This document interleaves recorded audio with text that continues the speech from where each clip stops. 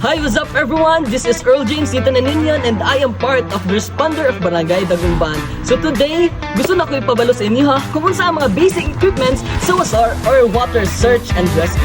So the first equipment nga akong introduce sa inyo is the life vest, which is this.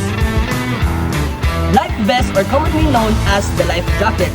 So kaning life jacket or life vest, nakadepende ang kinabuhi sa isang rescuer because pag mag-rescue ta sa water, para po sila nga mulutaw, para di po sila maunlod kapil pag-rescue po nila. So kung ani pagtaod ang atong life jacket, okay, first is ang kanilang mga lock diri, iman yung lock ang yung front, then ang second lock, then dapat din yung kalimtan ang lock niya underneath. Okay, this lock will support dun sa life jacket nga ma-remain sa ato ang body para dili siya mawala. Okay, this is how to put the lock. Okay, secured na ang atong life vest. The second equipment is the hard hat or the rescuer hat. Tumani siya ang hard hat o rescuer hat. So as you see, so kailangan jud nga hard hat na siya kay wata kabalo nga if mag-rescue ta sa water or sa sulog jud sa sapa jud na may mga bato. So kailangan nato protektahan atong ulo because atong ulo is vulnerable siya sa mga hard things just like rocks. So yung ano yung pagtaod ang ato ang hard hat. Okay, put it here and then muna siya ang lock. So inyo siya lang i-lock diri is-secured kay para ma-secure to ninyo ang inyong hard hat is nasa yung ulo ug dili siya diba?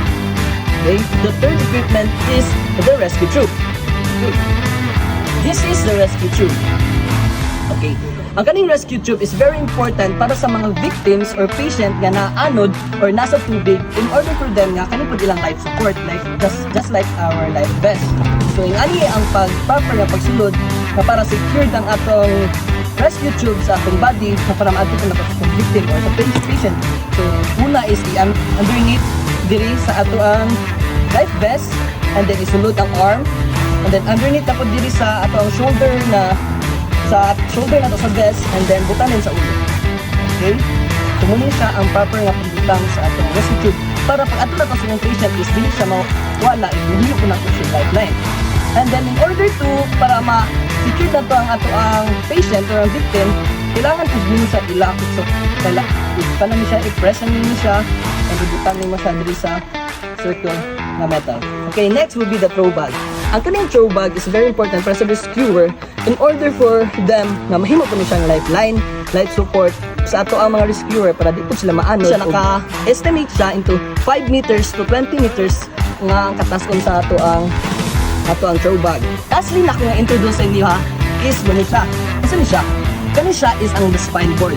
Kani spine board is support ni siya sa atong victim or atong patient, especially if unconscious atong patient. So dili na paibutang atong patient and kaning nakabutang diri sa ato ang spine board is the spinal strap. Muna siya ang mag-secured sa ato ang patient or sa atong victim na para magbutang siya sa place na tarong o para ready to lift na siya o ready to transport na siya to into a safe place. So I think that's the basic equipment na kailangan nato sa atong water search and rescue, and that's all for this video. Bye!